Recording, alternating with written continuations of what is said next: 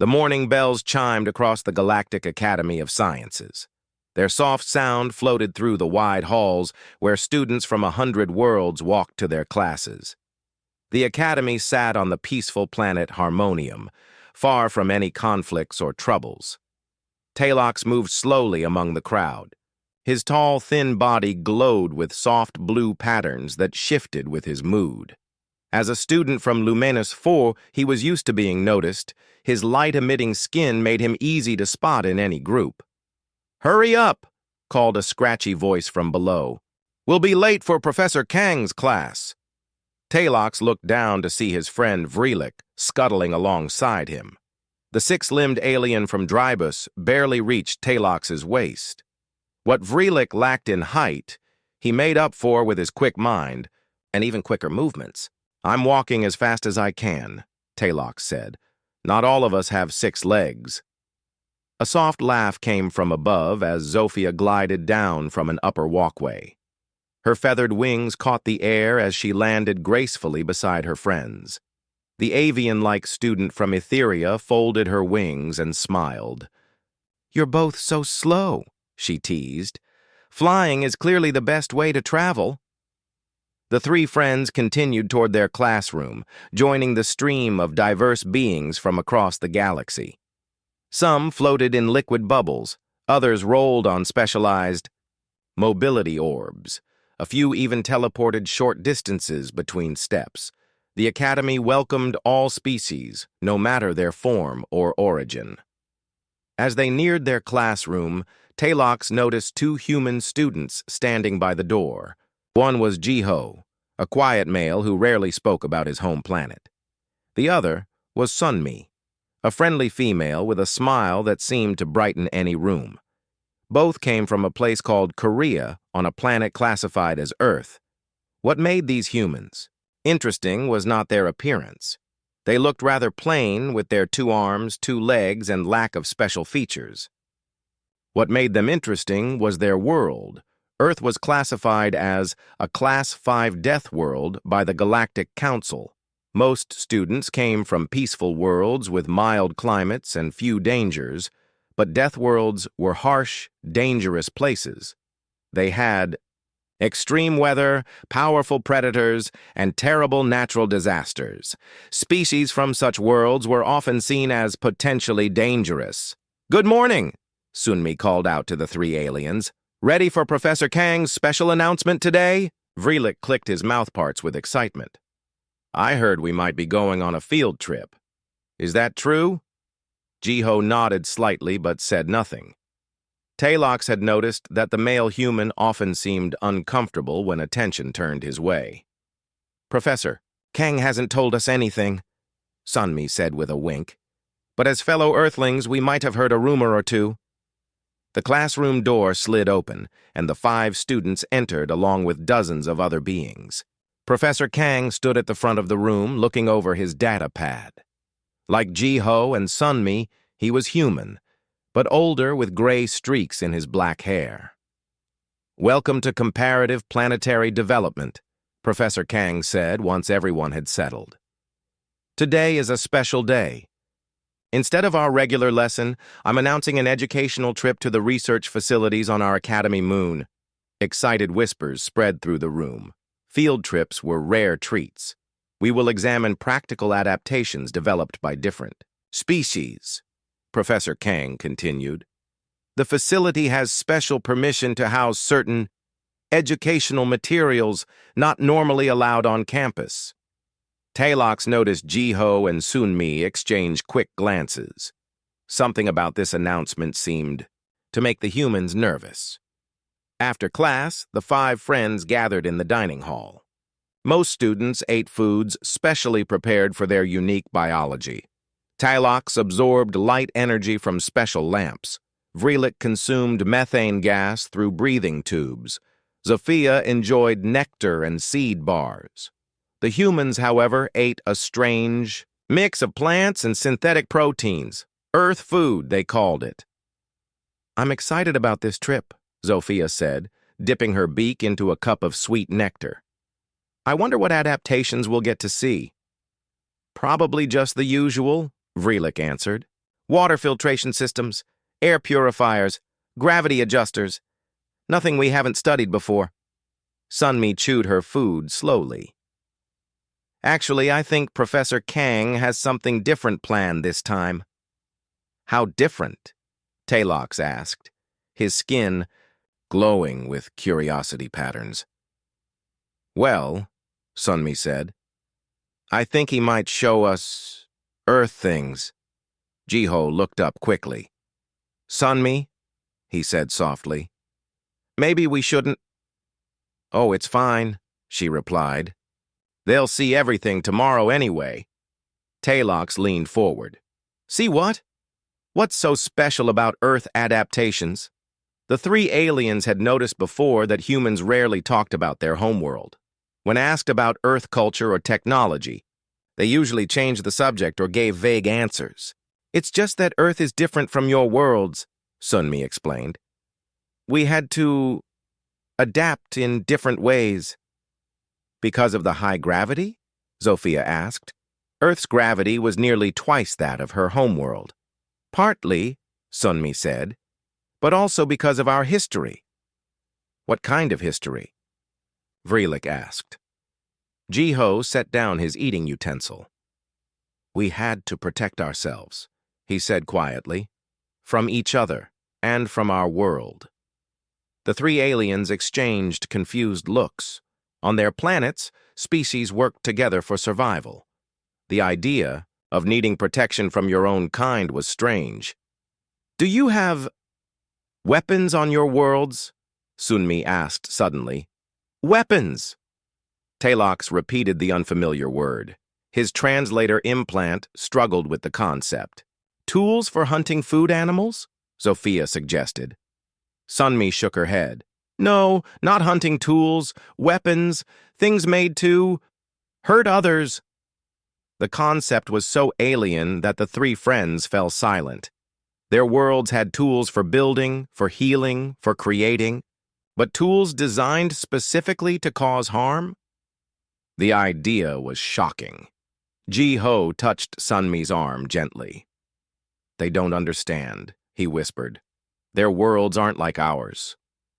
Before they could discuss further, their implants chimed with a message from Professor Kang. All students attending tomorrow's field trip must report to Shuttle Bay 7 at dawn. No recording devices allowed. This educational experience is classified Level 3. Level 3 classification was unusual for a simple field trip. Talox felt both nervous and excited. Well, Zofia said as they prepared to leave for their living quarters. Tomorrow should be interesting. Later that night, as Talox absorbed energy under his room's light panels, he couldn't stop thinking about the strange words Sunmi had mentioned. Weapons. Why would any species create tools to harm others? What kind of world would produce such? A concept? Tomorrow, he would find out what made Earth so different. Tomorrow, he would learn what it meant to come from a death world. What he didn't know was how that knowledge would change everything he thought he understood about the universe. And about the seemingly ordinary humans who walked among them. The Academy shuttle hummed quietly as it carried the students toward the research moon. Through the large windows, Talox could see the gray surface growing larger. Unlike the green and blue planet below, the moon was bare and lifeless. Its only purpose was to house research too dangerous or sensitive for the main campus. Why are you so quiet? Zofia asked, settling next to Jiho. The human had barely spoken since they boarded. Just thinking, Jiho replied, his eyes fixed on the approaching moon. Across the aisle, Sunmi chatted with other students. Her happy voice carried through the cabin, but Talox noticed that her smile didn't reach her eyes.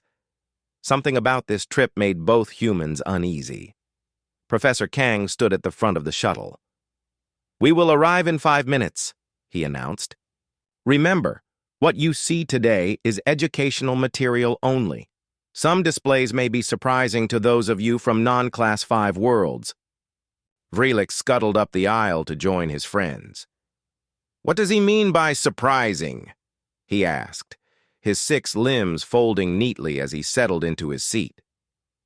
"You'll see," Sunmi said softly. The shuttle landed with a gentle bump. As the doors opened, cold air rushed in. The students followed Professor Kang across the landing pad toward a large dome structure. A sign above the entrance read, "Comparative Technologies Archive." Inside, the dome was much larger than it appeared from outside. Most of it was underground, spreading deep into the moon's surface. The main hall was filled with display cases showing tools and machines from different worlds.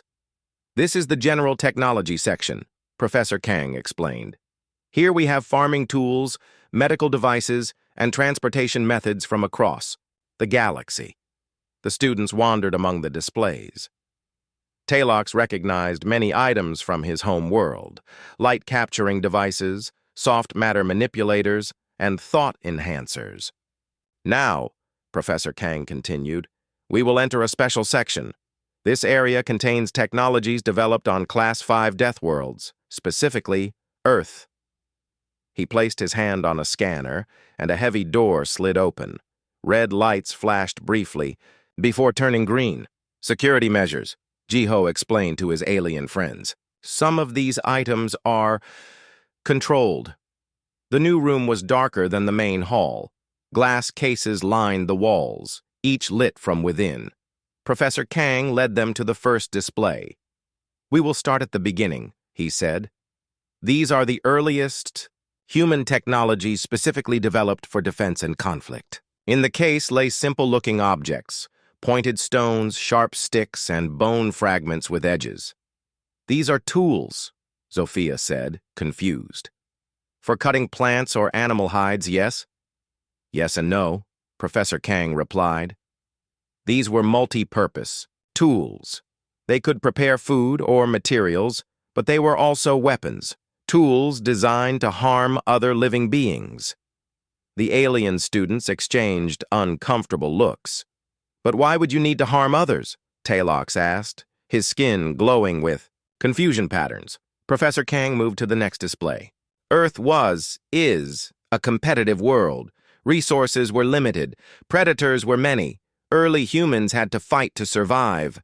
The next case showed more complex items: a curved piece of wood with a string attached, pointed sticks with feathers, and a long piece of metal with a handle. "Bow and arrow," Professor Kang pointed. "Spear, sword." These allowed humans to hunt from a distance or face larger predators. Vreelik moved closer to the glass. "Fascinating engineering. The bow stores energy in bent wood and releases it through the string?" "Correct," Professor Kang said. "But understand this. As humans advanced, these tools were used less against animals and more against each other." The alien students fell silent. The concept was difficult to understand. On their worlds, species worked together as they evolved. The idea of using tools against your own kind was shocking. As they moved through the room, the displays showed increasingly complex weapons: metal tubes with triggers, large rolling machines with long barrels, flying devices that dropped objects from above. "These are from wars," Professor Kang explained. "Times when human groups fought each other for land, resources, or beliefs." Talox felt his light patterns shift to a disturbed red glow. "How could you create such things? They serve no purpose but to harm." Jiho, who had been quiet until now, stepped forward. "Because we had to," he said simply. "Our world didn't give us a choice." "What do you mean?" Zofia asked. Sunmi joined the conversation. "Earth isn't like your worlds. We have extreme weather that destroys homes and crops. We have diseases that can kill millions. We have limited space and resources. And we have each other," Jiho added. "Humans competing with humans." Professor Kang led them to a final section. Here, the displays showed smaller, more modern-looking devices. Some looked like the tools Talox had seen humans use on campus. "These are current defensive technologies," Professor Kang said. "More controlled, more precise, but still weapons. Vreelik studied a small black object in one case. This seems simple compared to the others. Don't be fooled, Professor Kong warned. The simpler it looks, the more dangerous it might be. That small device could kill everyone in this room. The alien student stepped back from the case. But why are you showing us this? Talox asked. Are you not ashamed of these things? Professor Kang looked thoughtful. Should we be? These technologies kept our species alive. They protected our families and homes. They're part of our history. Sunmi touched Talox's arm gently. We don't celebrate weapons, Talox, but we don't hide from what we had to become to survive. The room fell silent as the students processed what they had seen. The humans watched their alien friends with worried expressions. Finally, Zofia spoke. On my world, we fled from danger. We developed wings to escape predators. We built nests in high places where threats couldn't reach. On Drybus, Vreelik added, we burrowed underground. We hid from dangers. We survived through avoidance. And on Lumenis, Talox said, we evolved light patterns to confuse predators. We learned to blend in with our surroundings. Jiho nodded. Different worlds, different solutions. On Earth, running or hiding often wasn't possible, so we learned to fight back. As they left the weapons display, the students were quieter than before. The alien students kept glancing at their human friends with new eyes.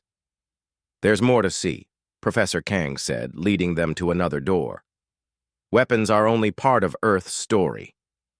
Before he could open the door, alarms began to sound throughout the facility. Red lights flashed in the hallway. Warning, announced a voice over the speakers. Meteor impact detected. Damage reported in sectors 7 through 9. All personnel evacuate to safe zones immediately. Professor Kang's face grew serious. That's near the shuttle bay, he said. We need to find shelter until rescue arrives. Another announcement came.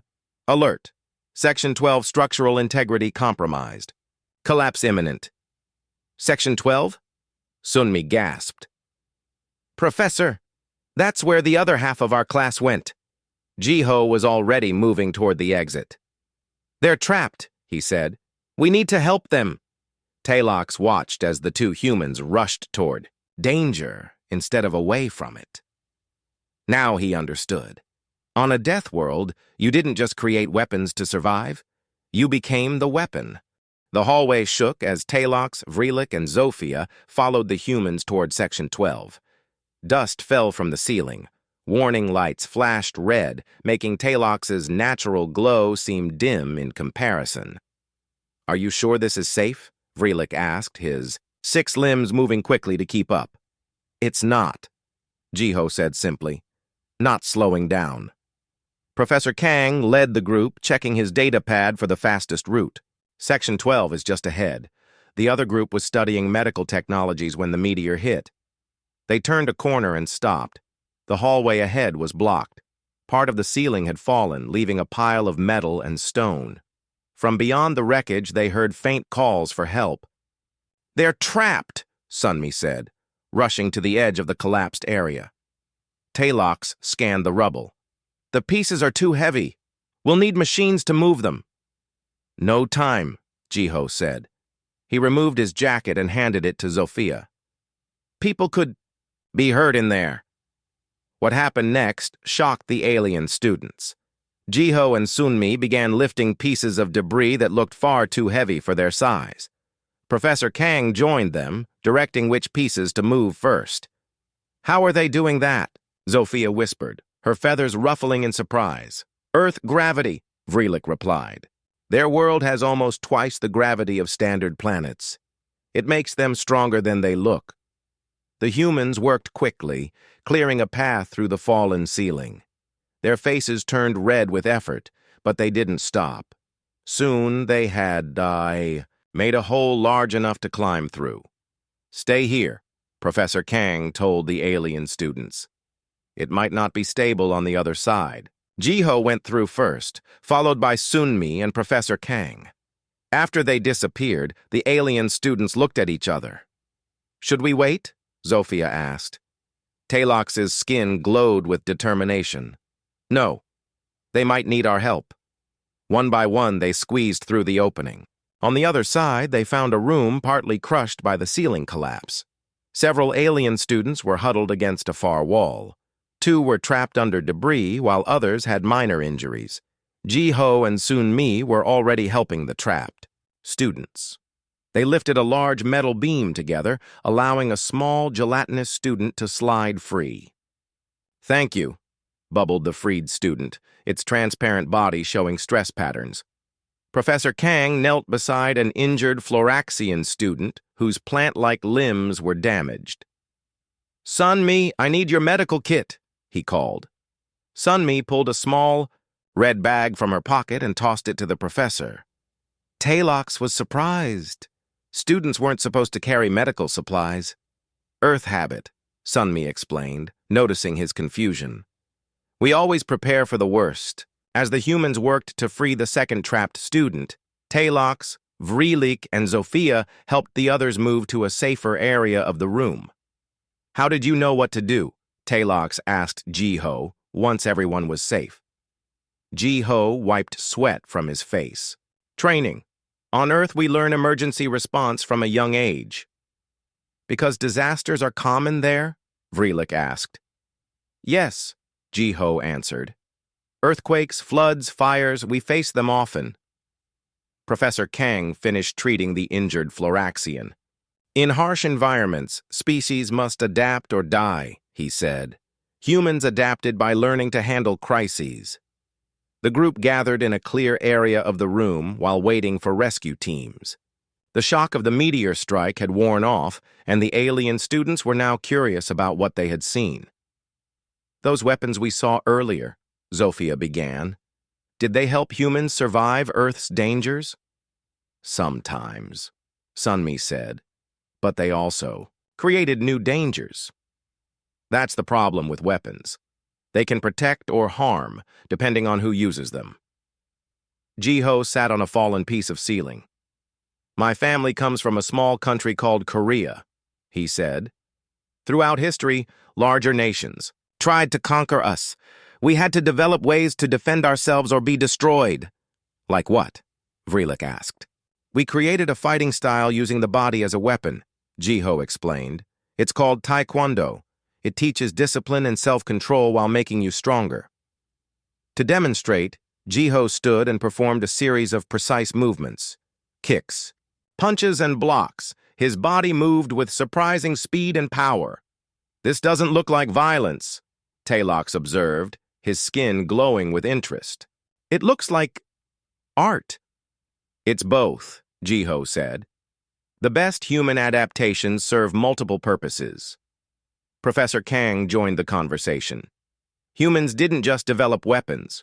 We also created medicine, music, literature, all shaped by our struggles." Sunmi pulled out her data pad and showed the aliens images of Earth. Beautiful cities nestled between mountains, farms spread across wide plains, boats on vast oceans. "This is what we fight to protect," she said. "Our home may be harsh, but it's also wonderful." For the first time, the alien students began to understand. Earth wasn't just a dangerous place that produced violent beings. It was a complex world that shaped its people in complex ways. "I think I'm starting to understand Deathworlders better," Talox said. "You face dangers we can't imagine, but that makes you ready for anything." Jiho nodded. "We don't celebrate violence or war, but we respect strength and the will to survive." A rumble shook the room, making everyone tense. More dust fell from the damaged ceiling. "The structure is still settling," Professor Kang warned. "We should move to that corner. It looks more stable." As they relocated, Vreelik studied the humans closely. "You knew exactly which part of the room would be safest," he noted. "How?" "Experience," Professor Kang replied. "When you live on a world that often tries to kill you, You learn to spot danger signs. And opportunities, Sunmi added. She was examining a broken pipe near the wall. This carries water through the facility. If we can fix it, we can redirect it to cool that overheating panel. Indeed, an electrical panel on the far wall was sparking dangerously. Without water cooling, it might catch fire. Zofia fluttered her wings nervously. Can you really fix it? I can try, Sunmi said. She pulled a multi-tool from her pocket, another item students weren't supposed to carry. Talox watched as Sunmi quickly repaired the broken pipe with parts from her own belt. Water began flowing again, directed toward the hot panel. The sparking stopped. Another Earth habit? Talox asked, pointing to her multi-tool. Sunmi smiled. Always be prepared, that's what my mother taught me. Just then, they heard voices from beyond the rubble. Rescue teams had arrived. We're in here, Professor Kang called. As they waited for rescue, Talox realized something important. The weapons they had seen in the display cases were just tools, like Sunmi's multi-tool or Jiho's fighting skills. What mattered was how they were used. The humans hadn't just survived their harsh world. They had learned from it, and now those lessons were saving lives far from Earth. 3 days after the meteor strike, the Galactic Academy held a special ceremony. The large hall was filled with students and teachers from all worlds. At the front stood Professor Kang with Jiho, Sunmi, and the students who had helped during the emergency. The Academy director, a tall being with 4 arms and silver skin, addressed the crowd. Today we honor those who showed great courage during our recent crisis. Their quick actions saved lives. Talox watched from his seat as medals were given to each student who helped. When Jiho and Sunmi received theirs, the hall grew quiet. Many students still felt unsure about humans and their Deathworld origins. The humans showed exceptional bravery, the director continued. They used their natural strengths to help others, reminding us that different evolutionary paths bring different gifts to our galactic community. After the ceremony, classes resumed. But things had changed. In the dining hall, Talox noticed more students sitting with the humans, asking questions about Earth. The fear was fading, replaced by curiosity.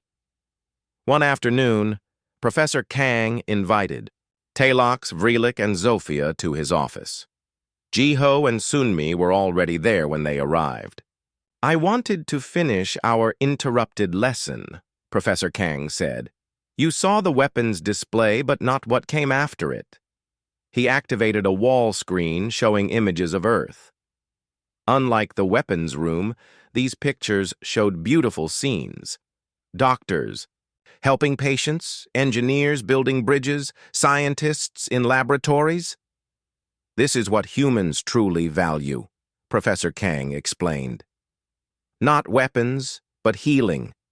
Not destruction, but creation. Vreelik studied the images. But I don't understand.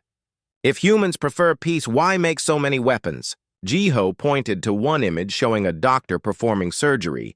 See his tools. Sharp blades, cutting lasers, needles that pierce skin. In the wrong hands, these could be weapons, but he uses them to heal. The same knowledge that creates a weapon can create a solution, Sunmi added.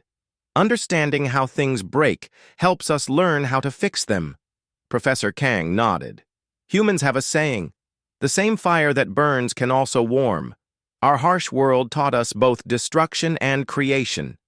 The screen showed new images, human hands planting trees in barren land, rebuilding cities after disasters, reaching out to help others stand. This is the true legacy of a Deathworld species, Professor Kang said. Not that we know how to fight, but that we refuse to give up. Talox's skin glowed with new understanding. On my world, if something is too difficult, we find an easier path. We avoid struggle. And on mine, Zofia added, we flee from problems we cannot solve. There's wisdom in those approaches too, Sunmi said. Different worlds, different solutions. Vreelik. had been quiet, his many eyes studying the pictures.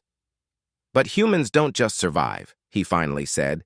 "You build, create, explore. You thrive in places you shouldn't be able to live at all." Jiho smiled slightly. "Because we had to. Our world didn't give us a choice." In the following weeks, Talox noticed changes in how he viewed his human classmates. What once seemed like alarming traits, their physical strength, their quick reactions to danger, their tendency to carry tools at all times, now made sense as adaptations to their harsh home. One day, Jiho invited the alien friends to a special class he taught. After hours, when they arrived at the training room, they found Jiho wearing a white uniform with a colored belt. "This is a taekwondo class," he explained. "I'm teaching basic moves to interested students." To their surprise, several aliens from various worlds were already there, attempting to follow Jiho's movements. "I don't understand," Talox said. "They're learning fighting skills?" "Not just fighting," Sunmi explained from beside him. "They're learning focus, discipline, and how to understand their own bodies better." Talox watched as a small, tentacled student tried to balance on one limb while extending another in a kick. When the student fell, Jiho helped them up with a gentle hand and showed them a better way to stand. "He's not teaching them to be violent," Zofia realized. "He's teaching them to be strong." At the end of the term, the academy held its traditional knowledge exchange, where students shared aspects of their home cultures. In previous years, the humans had shown simple things, earth foods or music. This year was different. Sunmi had set up a display about Earth emergency response systems. She showed how humans prepared for disasters, created warning systems, and trained regular people to help during crises. Jiho's presentation focused on how Korean culture had preserved its identity through centuries of challenges. He displayed traditional art, music, and poetry that had survived wars and hardships. "Our ancestors didn't just pass down fighting techniques," he explained to the gathered students. "They passed down beauty, wisdom, and hope." Talox was surprised by how many students visited the human displays. The fear of Deathworlders was being replaced by respect.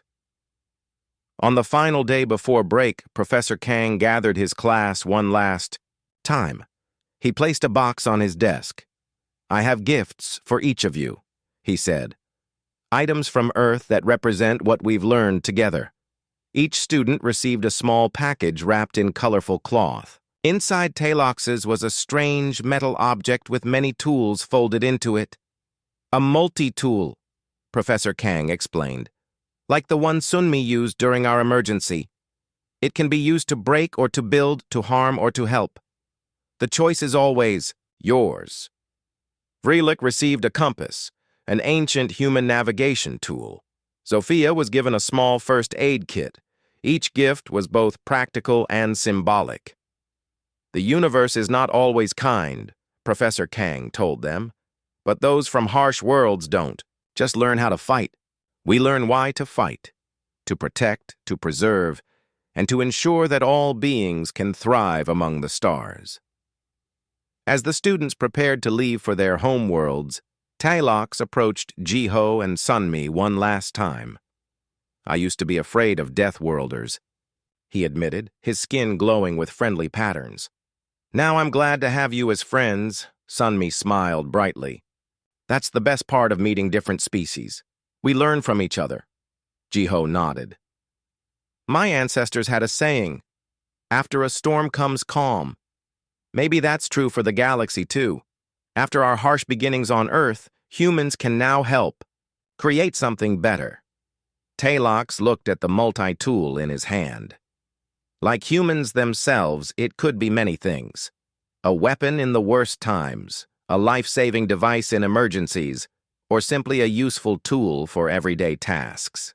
The alien student realized that the most important lesson wasn't about Earth weapons at all. It was about how adversity shapes a species, and how the hardest worlds sometimes produce the most resilient, adaptable, and compassionate beings. As they parted ways, Talox knew he would never look at humans the same way again. The students from the Death World had taught him that strength could be gentle, that warriors could be healers, and that understanding the darkness was the first step toward creating light. The end.